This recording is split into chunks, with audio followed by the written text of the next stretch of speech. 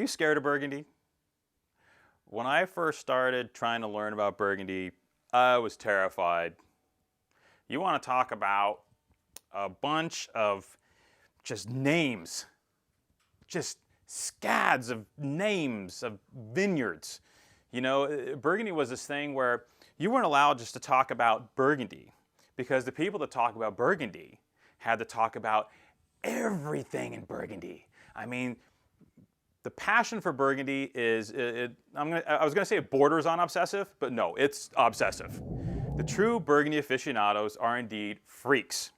And what I would never anticipate doing, when doing a tutorial such as this, is I'm not going to get freaky with it.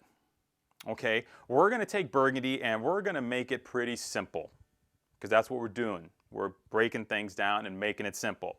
So for this part, Burgundy Part 1, because Burgundy, again, is a big place, and there will be a Burgundy Part 2, which you will be forced to watch. We're going to focus on the northern part of Burgundy, because it splits up really nice, actually. Burgundy does, as a geographical region for wines.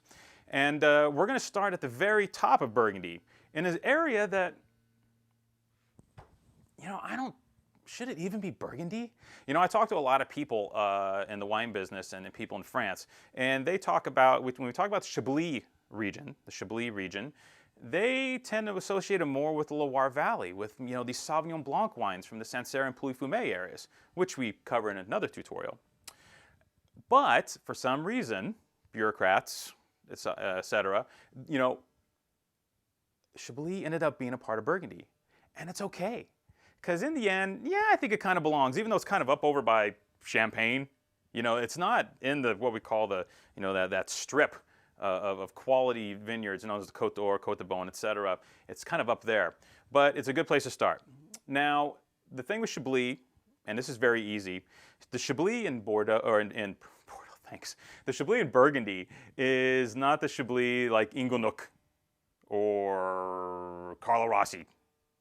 The Chablis in Burgundy is real Chablis, and real Chablis is grown in one particular area around the town of Chablis, and the grape there is 100% Chardonnay. How easy is that?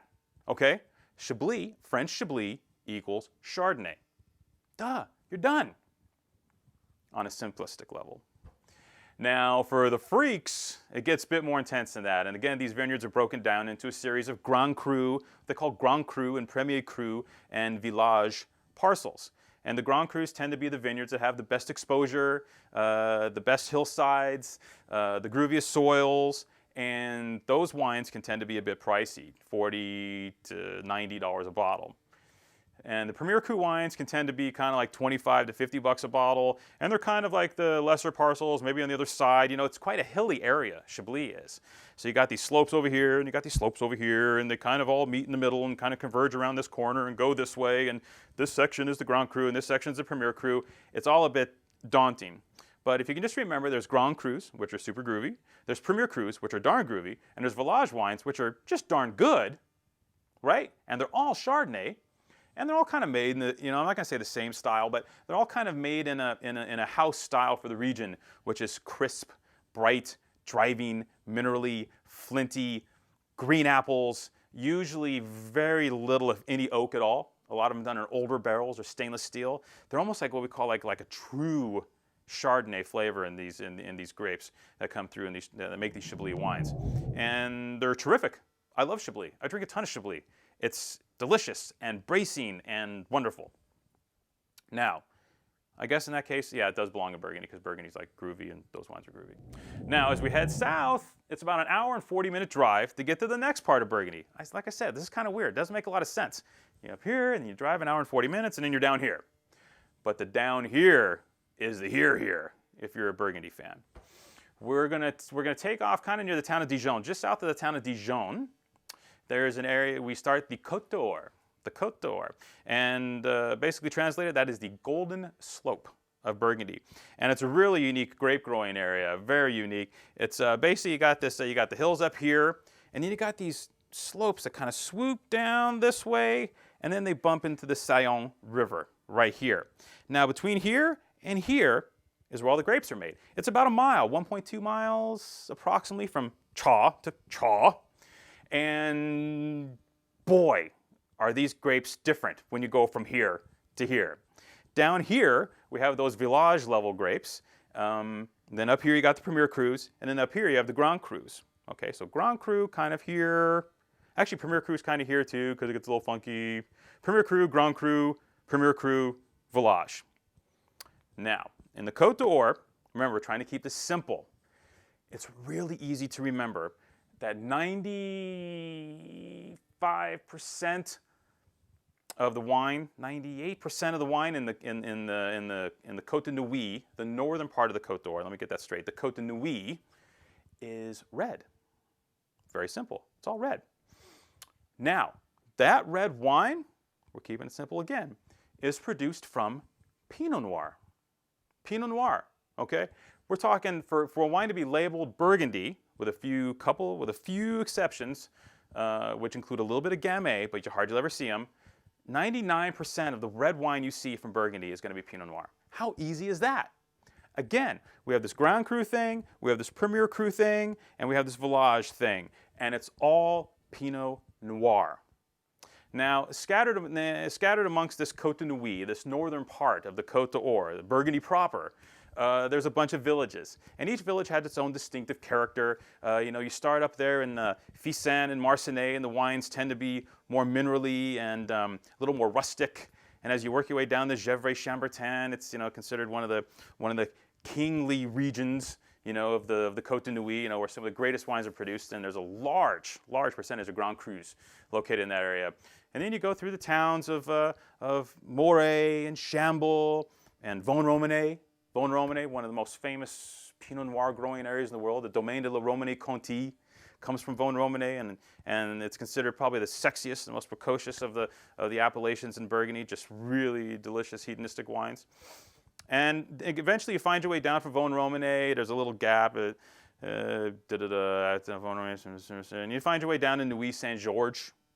And Nuits Saint-Georges is kind of, don't hate on me, Nuits Saint-Georges people, but it looks a bit like irony and rustic, and the hills are kind of ugly and nasty looking. But there, Pinot Noir takes on, once again, almost like the character of the area. You have this more mineral and iron and stern character to the wines, which with enough bottle age, these wines round out beautifully, and then they're very expressive. Now, Pinot Noir, Côte de Nuits, Grand Cru, Premier Cru, Village. The flavor profile here, there's a base flavor profile for these Burgundy reds. And what you get here is you get a wonderful red cherry. You get strawberry flavors and aromas, particularly for some of the Village level wines or some of the cooler sites. And depending upon the area, you can get little nuances. Like, for example, Vosne-Romanée has that kind of cinnamon stick and clove thing. The Gevrey-Chambertin wines have a wonderful earthiness, like a aristocratic earthiness to them that makes you just want to keep drinking them. And the Morée wines are really, really tender. The Chambord-Musigny wines can be really tender and almost like a warm cherry character to them. But in the end, you get this bag of cherries and these wonderful kind of cool climates. Once in a while, herbaceous or green characters coming into the wines, which the Burgundy aficionados really prefer. And for those that drink California Pinot Noir, maybe they prefer the warmer years. But in general, Burgundy is, while it is a complex area, it's an area that if you start with the basics, Premier Cru, Grand Cru, Village, Pinot Noir, the style of the wine, you can start getting into Burgundy really quick.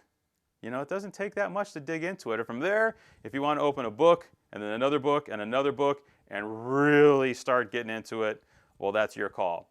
But it is a lot of work, it's a labor of love, and it is time consuming, but you can be rewarded. So what do you eat with these Pinot Noir-based Burgundy wines? Well, when I was starting out merchanting, basically we looked at duck. We love duck. Chicken. The famous poulet de Bresse, the black-footed chicken of Burgundy, is always a classic match for these Pinot Noir-based wines from the Burgundy region. You can do veal. You can do, salmon. When the Copper River's running, when the wild salmon is running, we drink a bunch of red Burgundy. But do we drink expensive red Burgundy? No. One of the misnomers is that Burgundy is a very expensive area. And, well, no, I'm take that back. It's not a misnomer. There's a ton of expensive wine in Burgundy. And those Grand Cru wines usually start at $100 a bottle. But that being said, it's usually because the production is so minuscule. These farmers only own like a backyard's worth of grapes. So they make a barrel or 2 barrels of these wines. And to them, their clientele will eagerly snap them up. So $100 a bottle is not crazy. But, you know, outside of those Grand Cru wines, you can find a really good bottle of Burgundy for, you know, 30 bucks. Is that insane? No, that's what you pay for quality domestic Pinot Noir right now. So for $30, $35, you can find a really good bottle of classic Burgundy and kind of initiate yourself. Get the ball rolling. And from there, Lord help you, if you catch the bug, it's over. Cheers.